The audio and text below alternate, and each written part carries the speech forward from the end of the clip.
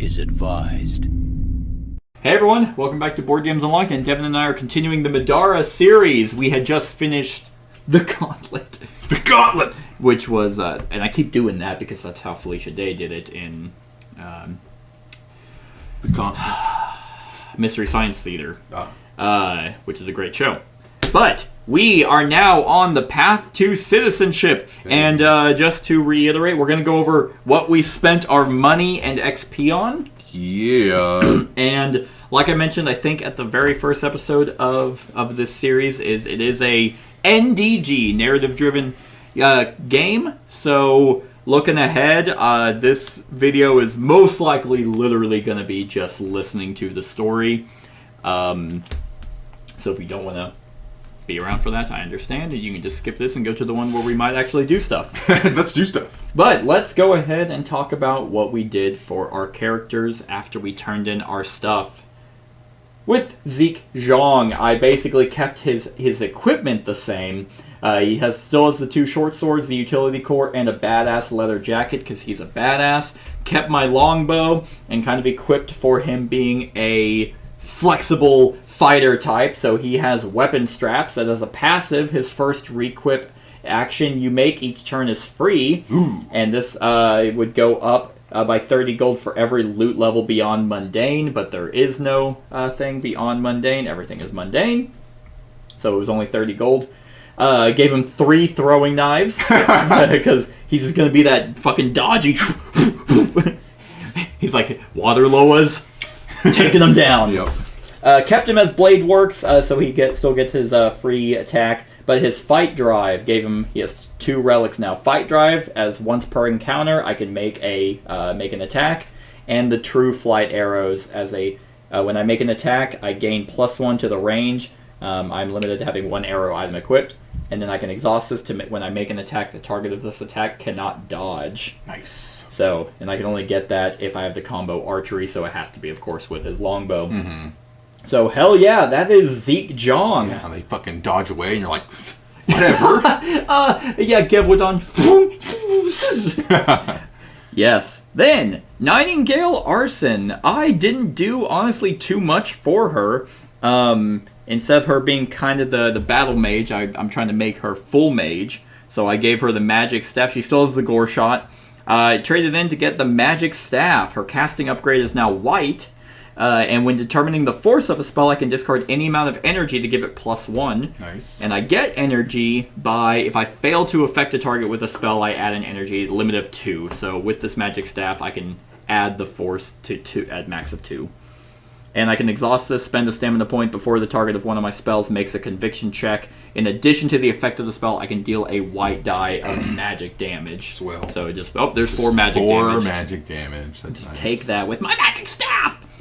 Yep, kept the defensive core, kept the occult shirt, and gave her enchanted earrings. So now her conviction upgrade is a purple and a white. Nice. And once per encounter, after making a roll, I can re-roll any of my dice. Sexy. And I kind of gave her healing items because she was the only one to get knocked out by me overpowering the spells from that Waterloa. I mean, it's always nice. Yeah. Always nice. Well, for Mr. Rook, I didn't do much as well. I really liked his build construction. I did give him a shield because extra armor. That's nice. It combos well with the Warhammer. And I still get that extra armor buff. It also gives me the ability to counter. And when comboed with a melee, it's a white dice, so I'm not losing any dice, efficiency. Nice. Kept with the Cuirass and the Deflecting Core. So you get 2 white dice? Yes, I still get my 2 white dice. Sweet. Honestly, the only thing I'm using is that I could tap the Warhammer for a free empowerment. Oh, so okay. I would have had 2 I could have gone into, but if it's comboed with a ranged weapon, I could do that. But it is not. But it's not. But I bought him the helmet and gauntlets. So, once per encounter, he comes back at 1 HP after being defeated. So it's Although, just honestly, unkillable. that might not be the best for him, because he has so much armor and He's health. pretty hard to break down. He might be hard to You think I should just cranked up his hit points? Yeah. We can still go back and do that. Yeah, that's true. Because it's the same amount of gold, right? Yeah, it was the same price. Because if he has 4 armor, like...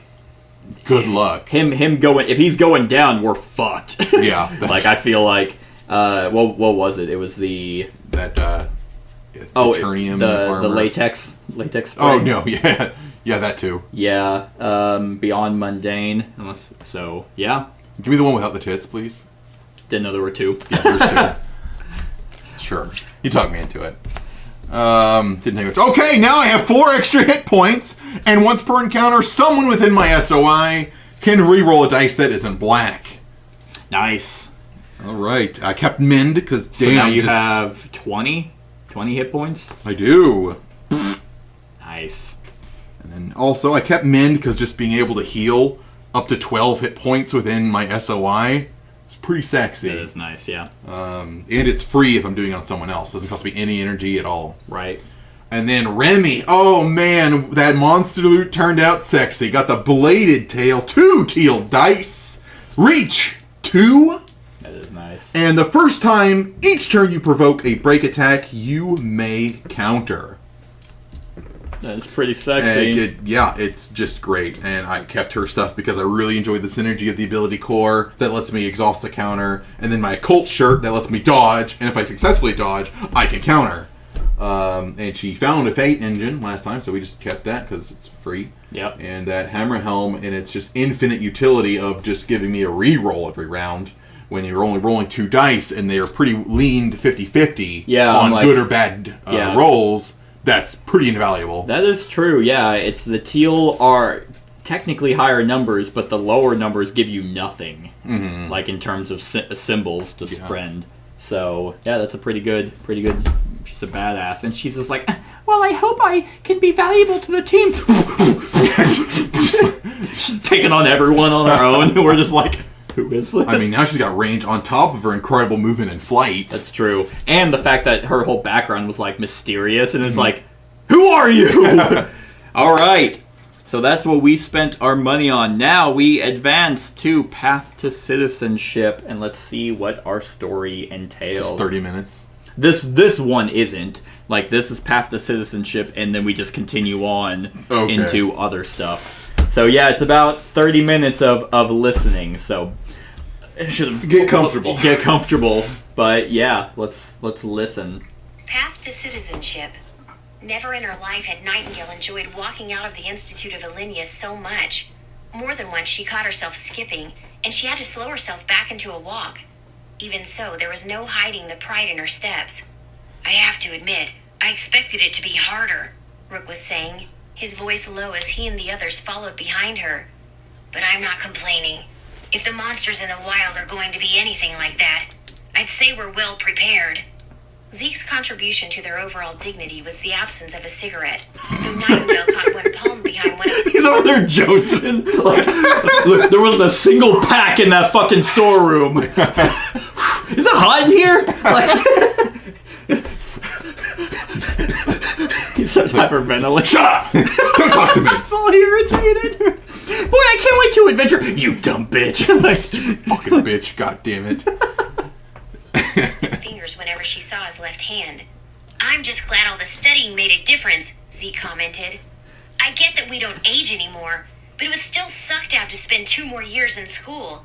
Oh, also, within the lore, when you do travel to Middara, you're immortal. You become immortal. What the fuck? Why isn't everyone going to Middara? I think because it's like it's like still insanely dangerous. And you're immortal, but there's just monsters everywhere. Yeah, you can still die from. You just can't die from old age. That's pretty swell. So yeah, I did watch. It's like a 30-minute video on YouTube of just. I think it's the voice of this person talking over explaining the background. It was pretty interesting, kind of unique on it. I just don't remember most of it. As they walked into the courtyard with their fellow students, Nightingale was surprised by just how many people were waiting outside. She noticed that a lot of eyes were on them, and tried not to look too self-conscious. She supposed that when royalty did something like this, everyone paid attention. The crowd outside was mostly made up of the parents and families of hopeful graduates, clapping and embracing their children. Nightingale's old Middaran parents waited just outside the door.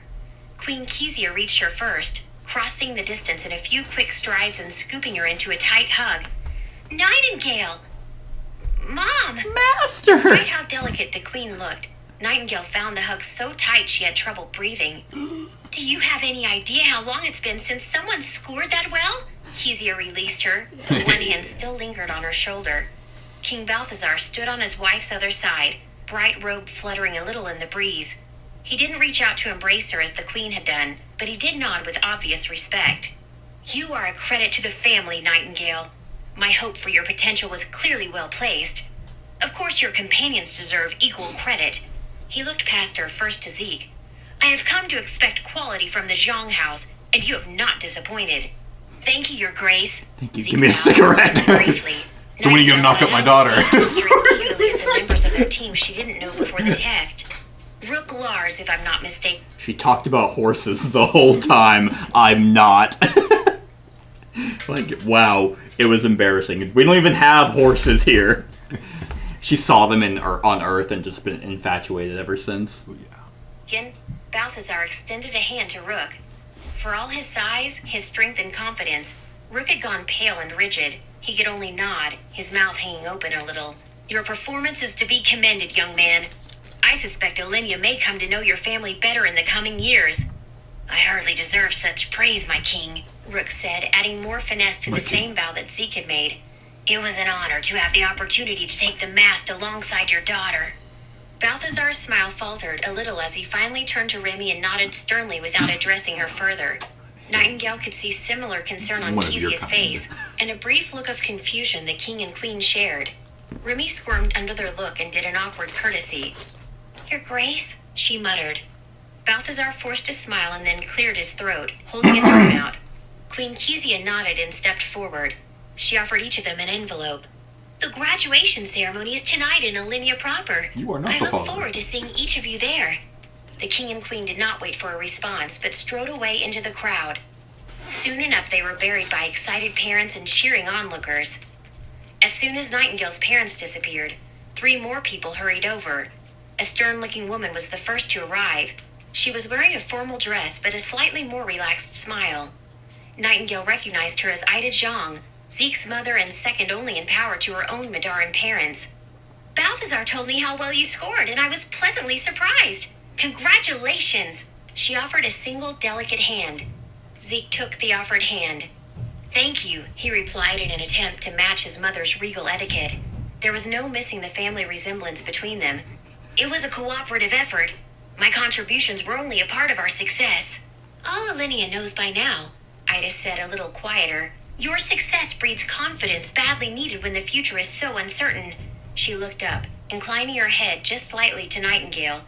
In the life waiting outside these gates, every success belongs to the people.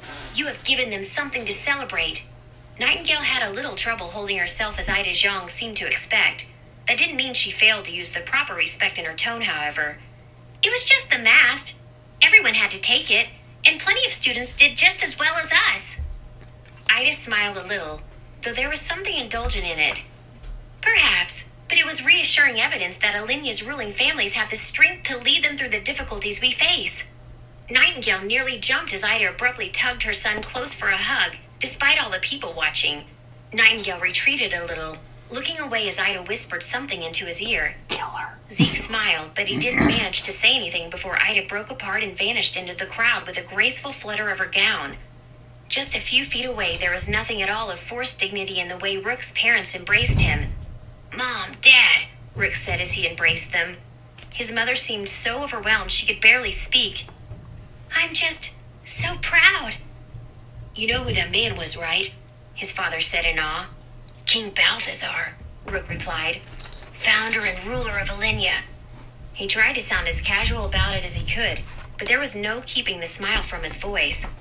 I guess it's pretty amazing. King Balthazar Arson recognizing our son. His mother hugged him again, though not so tight this time. We couldn't be more proud. When she let go, his father patted him on the back. We'll still miss you on the farm, son, but I'm glad you left. You've got more in store for you than weeding and mending fences. Thanks, Dad. Don't need to exaggerate, though. I'm sure it's not. Oh, it is, his mother cut him off. Then she lowered her voice and leaned in close to him. The captain of the King's Guard wanted to have a word with you tonight before the graduation party. Really? Rook tried to hide his smile, but his grin widened. Really? No, you fucking loser! You're coming back to the farm! I mean, he's a monster. Yeah, he's guard material. Yeah, the guy's just like, yeah, I want him. Yeah, I pick him. But sir, what about me? Shut up! Shut up! You would listen to him. He is a Don't jock. ruin this for me! Just like Slicks' hair. Rook, is it?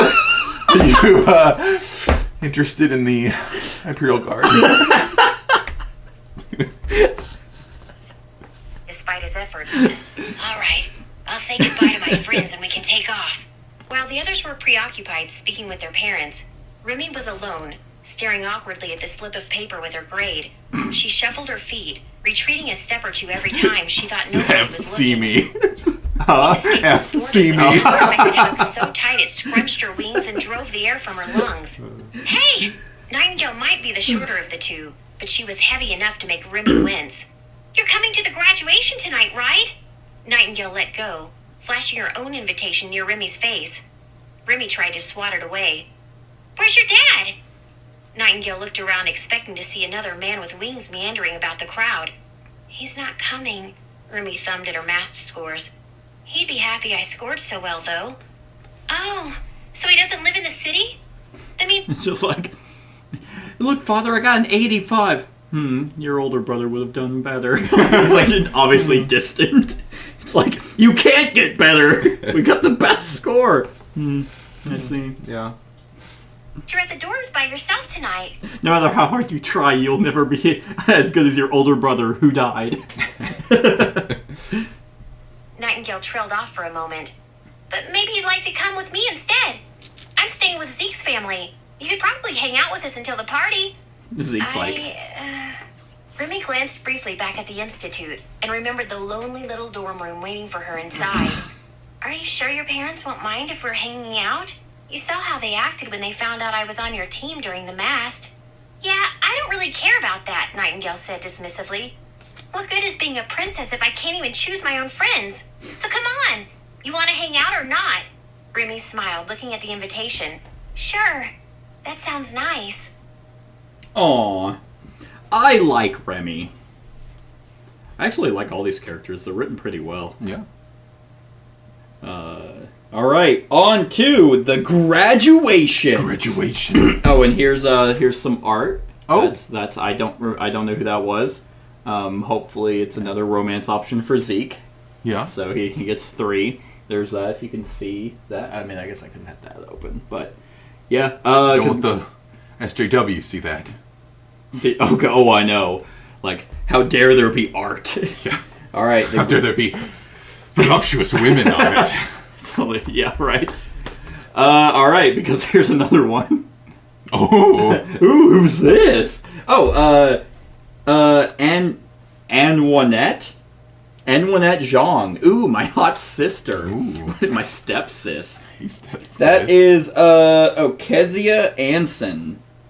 I don't remember if her name was brought up. That doesn't ring a bell. But that's who that is. But yeah, this is, Antoinette Zhang, also a dual wielder, but I'm cooler. So, then we have, the graduation. The graduation. Eventually, the sun disappeared from the sky, and Nightingale found herself standing in the largest ballroom in this. There's the king, Oh, cool. like Balthazar Anson. Oh, okay, that must have the other girl must have been his wife. Well, he looks fucking cool. He looks like a. Sexy. What does he look like? He looks like he looks like an Looks elf. like a vampire elf. Yeah. Maybe that's Very what it is. vampiric. Yep. City of Alinea. Even the large space had trouble containing the graduates and their families. She shifted uncomfortably in her gown, trying to ignore the sheer volume of people watching. Being a princess is way less awesome than it is in the movies, she thought as she forced herself to be polite for each and every trite greeting and congratulations. How many of the complete strangers accosting her were doing the same for the other graduates? Nightingale glanced down at the tables seated in rows on the lower level of the ballroom and couldn't help but wish she was sitting with all the other normal students. They were having a good time with their own families, unbothered by the constant barrage of the pompous elite. The special treatment bothered her, and it looked like Zeke got about as much of it as she did, though he was a little less graceful about accepting it. Just behind her, Remy received only confused or suspicious looks by the other royalty. By now, Nightingale had noticed Balthazar's and Kezia's aversion to the girl, though she didn't know why. Between a break of compliments on her graduation, Nightingale saw a familiar face shift in the crowds nearby. "I think I see Rook up there," Nightingale said, pointing. Remy's eyes flickered, following her gesture into the crowd. "Follow me!" Nightingale grabbed I Remy's think I hand see and him up waded there. through the well-dressed Takes up like people. 4 seats. They put him at the kids' table, just sitting, just towering above Takes everyone. up a quarter of the fucking rafter. Is that Rook? Everyone else is just like, that must be him. Yeah. Of all kinds, passing between tables piled high with dignified hors d'oeuvres and uninteresting drinks. Rook was standing only a few feet from a raised platform in the center, chatting animatedly with a boy with giant wings hanging from his back. "Hey!" Nightingale waved, hurrying the rest of the way over. "I was planning on introducing you guys to Khufu tonight. Looks like you've already met him." Nightingale looked around, searching to see if Rook's parents were somewhere nearby. After the way they had acted, Nightingale was a little surprised they weren't. That meeting Rook's parents mentioned must have gone pretty well if he was talking to Khufu. Nightingale wondered if he might have even been invited to the Demiurge. She could think of no other explanation for why Rook was waiting at the table with the rest of the Demiurge soldiers Balthazar usually retained as his personal guard. If they invited Rook, maybe I've got a chance too, Nightingale thought excitedly. Her tail flicked behind her at the thought. Nightingale suddenly noticed that Remy was ruffling her wings a little. "This is your friend from Earth?" Remy asked with a smile. Khufu glanced at Nightingale. "Are you telling everyone about our high school shenanigans? I thought we agreed that those times were under lock and key. I mean, not everything." Nightingale glanced sideways. Then she looked back at Khufu. "How am I not supposed to tell people that I have a friend from Earth here on Middara, though? You didn't tell me he had wings." Remy leaned to inspect Khufu's red, large wings. "They're gorgeous." "Wing buddies." Khufu held out his hand for a high five. Remy jumped up and smacked it. Nightingale giggled, and then Khufu and Remy looked at her expectantly. "Oh, sorry," she squeaked. "I guess you meant Rook, but not Remy. Remy, this is Khufu." They exchanged a few pleasantries, though Remy was suddenly bubbling with energy. "These look big enough to actually work." "They are," Khufu said, ruffling his own wings a little. "They've come in handy in a few tight spots, haven't they, Nightingale?" "That's right. Usually not my fault we needed to be bailed out, though." Nightingale slapped him on the back with a wide grin. She's the one who got white. "Of course not." Khufu lowered his head. Not her fault, my fault for not doing the rules right, but yeah, she was also just by herself. It's just like when you only do like 3 damage to an enemy and they're just like 17. It's like, oh my god! Can I dodge? No! Just swimming in the water with a water elemental. In a mock deference. "A princess of Alinea could make no mistakes. A princess of Alinea also couldn't attend a party," Zeke interjected, popping into the Stabbed him. conversation from seemingly nowhere. He looked around with disappointment. "Now my uncle, he knows how to throw a real party. Too bad we're too dignified to attend such crass and wasteful gatherings." Nightingale found herself laughing at Zeke's impression of his mother. Nightingale had stumbled into more than one of Ida's lectures. I know I keep pausing it, but here's that Khufu. That's what he looks like.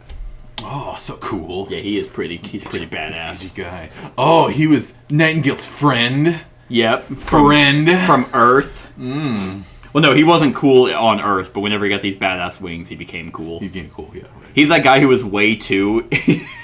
The way he's dressed, he looks like the guy that's also in everyone's high school, who's way too into the military. Oh, yeah. But like all he does is airsoft. The airsoft guy. Yep, there's always the one that's like, yes, I'll do the military. I'm 18. I haven't even fucking... I was brainwashed immediately. Right, never does anything. Yeah. It's like, no, he's not enlisted, but he goes to airsoft tournaments. During Though her time airsoft living does in the Zhang seem kind of mansion. badass. I always kind of... And It'd be although fun, they were though. always directed at Zeke, she knew that Ida expected just as much from her. Someone tapped her on the shoulder and Nightingale turned, half expecting another total stranger to waste more of her time with empty congratulations. Instead, she found herself facing her sister. "Congratulations on graduating, Nightingale! I knew you could do it!" Shayless wasted no time pulling her into yet another embrace. Yeah, Nightingale pushed herself free. "I had good teachers." Nightingale glanced around, searching the nearby crowd. "Hey, have you seen Antoinette? The other Jiangs are here. I was really hoping to say hi." Zeke's sister seemed to be the only one that got out from under the thumb of the politics of her family, and Nightingale had always wanted to ask how she did it. If there was a time she'd be able to have time to chat with her, it'd be now. She People isn't here, conservatively dress, unfortunately, don't you think? Shayless answered. Antoinette is off doing her Pirates of the Caribbean thing. Nightingale lowered her voice conspiratorially. Funny. Lady Ida snaps at Zeke for using the wrong salad fork, but lets one of her daughters sail off to be a pirate? Privateer, Shayless corrected. She seemed to deflate a little, sighing. And that's... She struggled for a moment, then shrugged. Complicated. I'm sure it is, Nightingale said. I'd love to know her secret. Obstinance, Shayless muttered. Her father was the only one she listened to. With him gone, Ida never figured out how to control her. Luckily, Zeke doesn't give her much trouble. Give me a fucking cigarette! Yeah, Just Zeke throwing a shrugged. fit. I'd not worry too much about it, Knight. I never see her either. God knows I've heard Ida talk enough about her. I probably know her better than Shayless. Well, she has the right idea. I'd love to be a pirate. Nightingale then excitedly turned. Ribby! She reached out and grabbed at her new friend's wrist and pulled her forward. My sister Shayless, she said as a crude introduction. I feel like I'm on display, Remy said exasperated and then smiled at Shayless. Nice to meet you again, Princess. Remy scratched the back of her head and scrunched her face. I'm not sure if I'm supposed to curtsy or bow or take your hand or... Kiss your lips. Shayless gave her a long look and then finally smiled. It's okay. Shayless is fine. No need for formalities. I'm guessing Nightingale invited you. Yes, Prince... Because you wouldn't be here otherwise. I'm guessing my sister. Forcing a smile. So Shayla's was Nightingale's sister? Yeah, she's the one. She was in. I can actually show you. Like, she was one of the instructors. Yeah, I think at the very beginning. Let me. And that's Zeke's sister, and she was the privateer. Yes. And they're Yes. just talking about her. Yes. She hasn't. Okay. She hasn't shown up yet. Let's see. There she is. Shayless. Ooh, she's also dressed very conservatively. Right. Time to be at this formal royal party. Better put on my bra. my ass hanging shorts. This is our royal garb. It's like, I want to be a part of that family. Shayless, Remy stuttered. I hope that isn't a problem. Yeah, Nightingale said, putting a hand on her hip. I hope it isn't a problem. Shayless's lips curled into a genuine smile that showed her teeth. Of course not. You can hang around whoever you'd like. Cups of blood. Unless it's me. Khufu stepped up and lifted Shayless's hand and nodded respectfully. Princess, good to see you again. Khufu, I hope the Zhangs have been utilizing their skills well.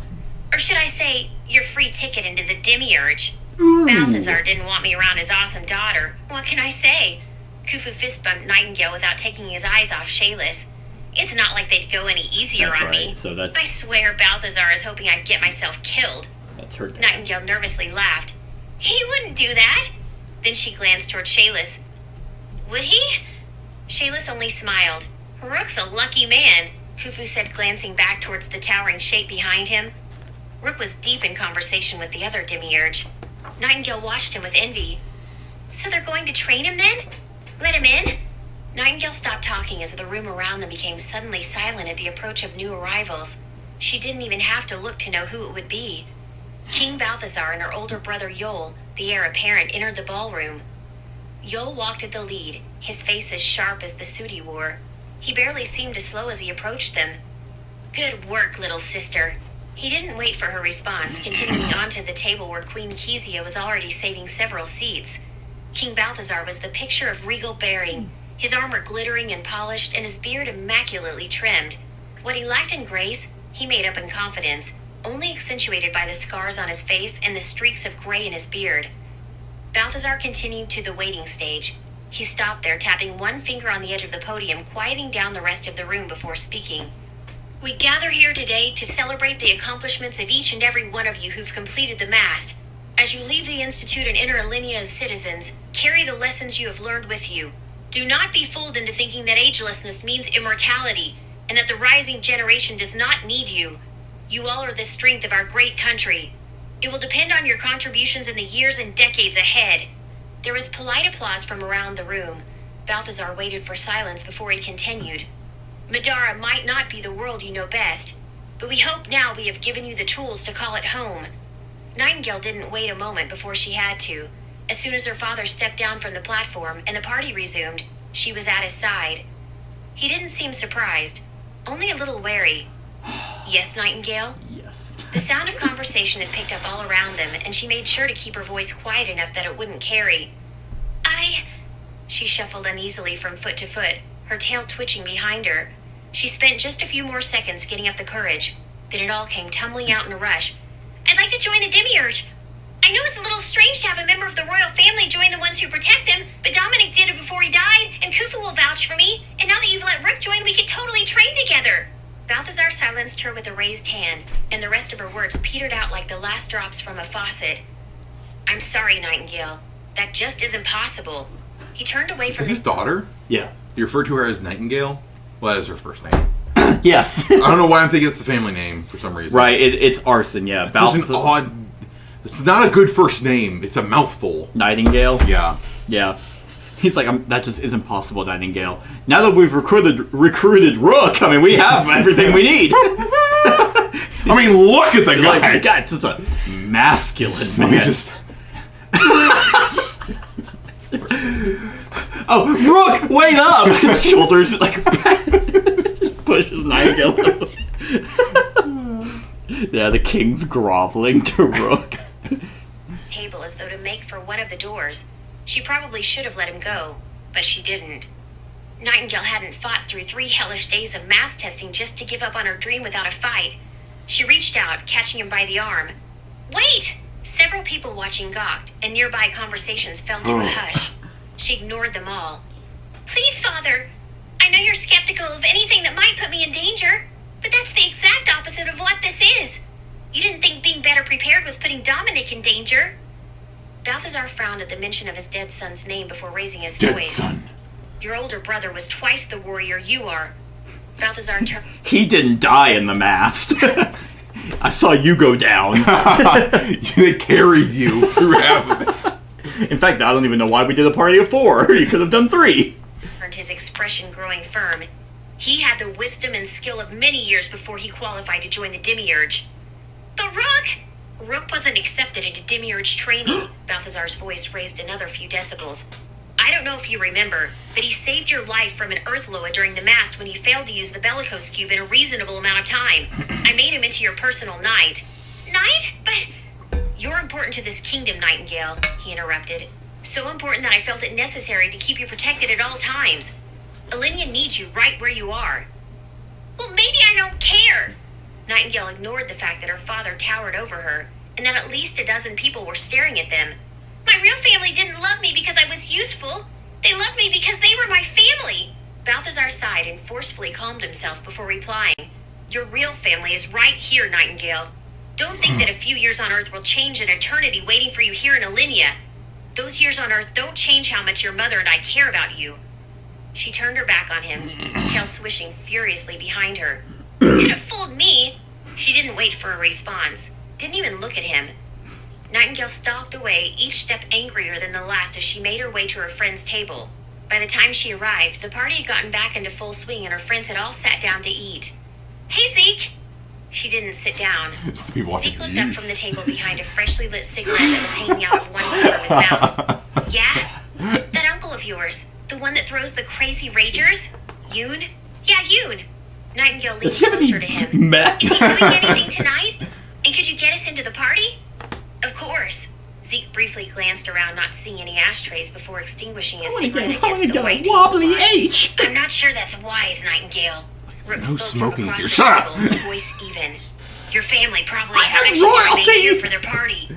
Nightingale tensed, turning away. She was probably speaking a little too loudly as she replied, I don't give a damn what they expect right now. She swore. You don't get too close either. You're my knight now, aren't you? Zeke raised an eyebrow at the comment, but let it go. All right. Zeke rose from a slouch. I was planning on heading over there when this one got too boring anyway. Rook rose as well, looking down. Guess I'm coming too, then. Remy remained where she was, staring at the table. Maybe she expected them to take off, leaving her alone at their table. Instead, Nightingale rested one hand briefly on her shoulder. You coming, Remy? I bet we'll have way more fun at a real party. Yeah. She practically jumped to her feet, a little too quickly. I mean, yes. That sounds fantastic.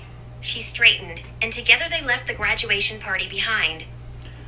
All right. That was Oops. So, I was joking about the, like you'll never be good as your older brother who died. Oh, God. Like, that was They did it. They did do it. Like the fucking, that was a Family Guy quote, and it ended up being true. He died. So Rook did not become a demiurge. He is Nightingale's knight. Personal knight. So hook up, like meant to hook up from families, like it's basically the Arsons, and then Zhang family is right underneath. They're trying to fuck to just keep that. Well, they're trying to make them fuck, but they're like brother-sister relationship. They're trying to do this. What are you doing? It's gonna be just a will they, won't they? Right. The whole time. Which I don't want them to get together. No. Remy is basically her friend, forced into the party. But she's the shadowy background. Right. And then you have Rook, who was also kind of just grouped together. They're friends and trained together, and now he's her knight. Her guardian. So he's her knight now, too? No. But she said something to Zeke, though. Aren't you my knight? She said that to Rook. Oh, yeah. Okay. Like, because she was asking Zeke, hey, that uncle of yours who has the party, can we get in? Because I want to go. And then to Rook, she said, well, you're my knight. Aren't you coming? I mean, look at my gear. I am a fucking armored motherfucker right? now. He just, like, pulls out the shades. Yeah. Just, like, in full plate, and then shades. Those badass shades that give you higher conviction. Yes. All right, Yoon's party. That's where we shall continue. Yoon's party. Wow, I forgot how amazing the white spires were. I haven't been here since I came to Middara. Rumi could barely find the words as she stared up into the sky, following a dozen different sharp stone lines. They seemed to be made of white granite, placed not according to geometry, but to arcane patterns. You get used to it, Zeke grunted, already smoking. It's not all that great, really. The guards are the worst. Damn portal to Earth means we've got more than almost anywhere else. The place is meant to keep you in just as much as out. The grounds were elegant, white granite surrounded with carefully groomed gardens. And I believe there are a bunch of portals that connect Middara to Earth, but no one knows how they work. And I think the cities of Middara were built around the portals, if I'm not mistaken. And essentially, if those portals get destroyed or anything, it's just like, well, that fucking sucks. So, because I think there's only a few of them. So, Gotcha. There's more lore. Remy could smell the flowers, even if most had closed against the chill. And Yoon's throwing a party here? Nightingale seemed angrier than she had been at the graduation party. In the same place that holds the portal? There was a little reverence in her voice at the last word.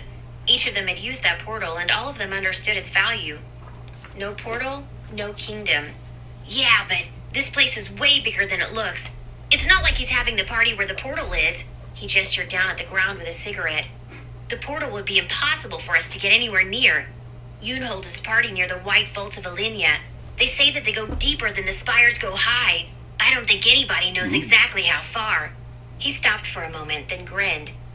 Can you hear the music? Everyone's so sexy in this Yoon world. always hires the most popular acts. Remy could hear it, steady bass so loud it came through her feet, accompanied with flashing lights from up ahead. They turned a corner and were suddenly face to face with a pair of surly-looking men on either side of a door. Zeke! They sprang into action, flinging the door open. Lady Nightingale, a pleasure, the guard said as they passed. So, they just let us in? Rook wondered aloud. Lights flashed, music blared, and dancing bodies filled the air with sweat. Where the arson graduation party had tables and a 3-course meal, Yoon had a full-service bar and whole tables packed with drinks. The place resembled a nightclub from Earth more than a formal dinner party in a fantasy world. Nightingale approached the bar and downed a shot of something colorful and glowing. Remy resisted the urge to do this. Nightingale ran. It's poison. Oops. No, that was for someone else. For the lizard people who are immune to poison. Oh, God. And then she dies. Acted to bad news the way some of Remy's Earth friends had. She would probably be grateful for a sober friend in a few hours. The party was every bit as awesome as Zeke had led him to believe. The music was a refreshing throwback to the music from Earth, loud and abrasive. It provided a break from the choral and classical pieces some students had practiced in the Institute, and none of the dancing would have been okay at any school dance she had ever attended. Remy was startled out of her musing by a hand on her shoulder. She jerked away defensively, but it was only Nightingale grinning down at her with glowing blue teeth. Zeke just got word. We're wanted upstairs. Nightingale set her glowing cup on the table, the rest of the liquid sloshing out of it. Smells like more politics. No big deal, Remy replied. Whatever we gotta do, I'm right there with you. As they headed upstairs, Remy saw that Yoon Jong wasn't like the arson family. He didn't put a throne down where he could see the party unfold beneath his watchful eyes. Instead, he chose a table at the very center, where he could participate in the drama as easily as observe. Remy smelled him before she saw him, like every kind of liquor Earth had ever invented, and many others it hadn't. Yoon separated himself from several attractive groupies, shoving out of the booth, Everyone's staggering attractive. as he Shut rose up. to his feet. Yoon was taller than Zeke, and wore an open jacket over a lean, muscled chest. His hair was styled, his face clean-shaven, So and odd. crystal jewelry glowed faintly around his neck. Nephew, Yoon smiled, opening his arms wide. I didn't expect you tonight. Institute So graduation when you wasn't go to good Middara, enough. do you just get a Zeke- six-pack? Is it just that how it works? I think that's one of the transformations. Yeah, just go Yeah. here, like, oh yeah, you're gonna be sexy. Yep. Make sure you wear skimpy clothing. Yeah, I mean, why wouldn't you? Right, yeah. I would. Yeah. I mean, we're all just if you're sexy. immortal. Of course, if everyone's sexy, Nobody's is. sexy, that's true. And when everyone's sexy, no one is. Nodded. No one in Middara can throw a party like you. Truer words were never spoken. Your friends look lovely. He waved a hand with several glittering rings toward them, though he hardly seemed to see anyone besides Zeke. I wanted to acknowledge your presence before getting back to my proclivities. You kids enjoy yourselves. I would stay, but I remember when you and I first shared our drink. Turns out we weren't even related. Must have tossed and turned something fierce. I woke up the next morning, my pants were off. My ass really hurt. he sighed. I'm needed elsewhere. Zeke didn't say anything until Yoon walked off, heading towards a nearby doorway. That's weird.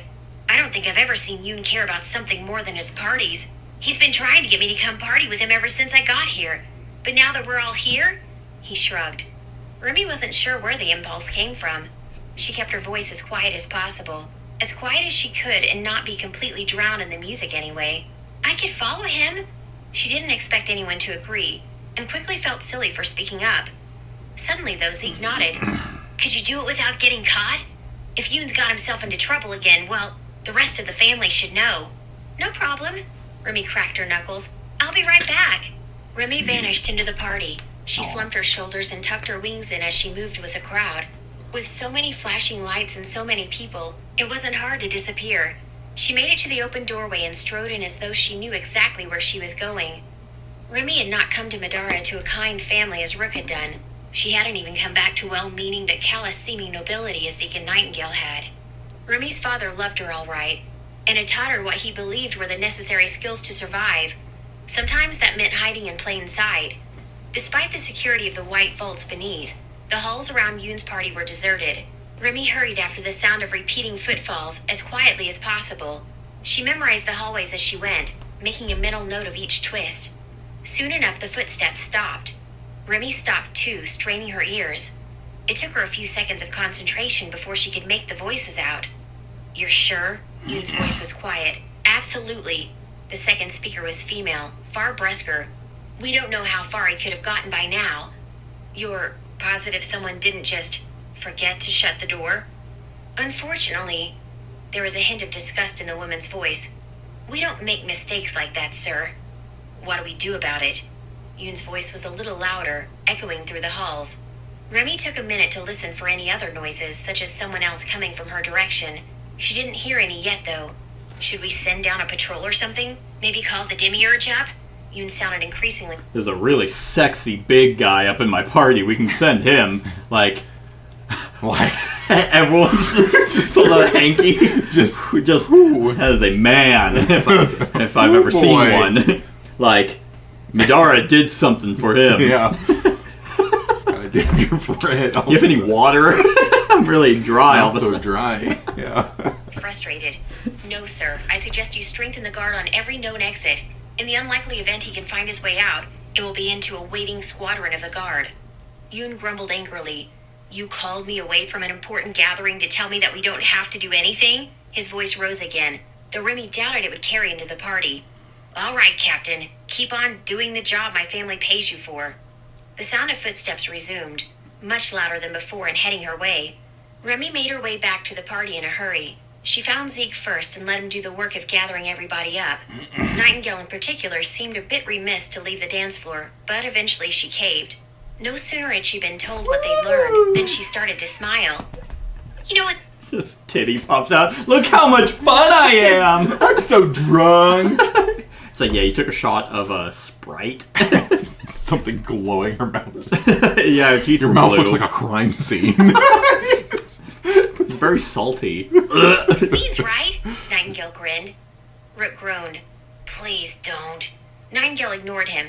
If there's some sort of thief down in the White Vaults, that means somebody should go in after them. Somebody like us. Rook looked down with folded arms. That sounds stupid. You mean awesome? Nightingale laughed, nudging Rook in the ribs.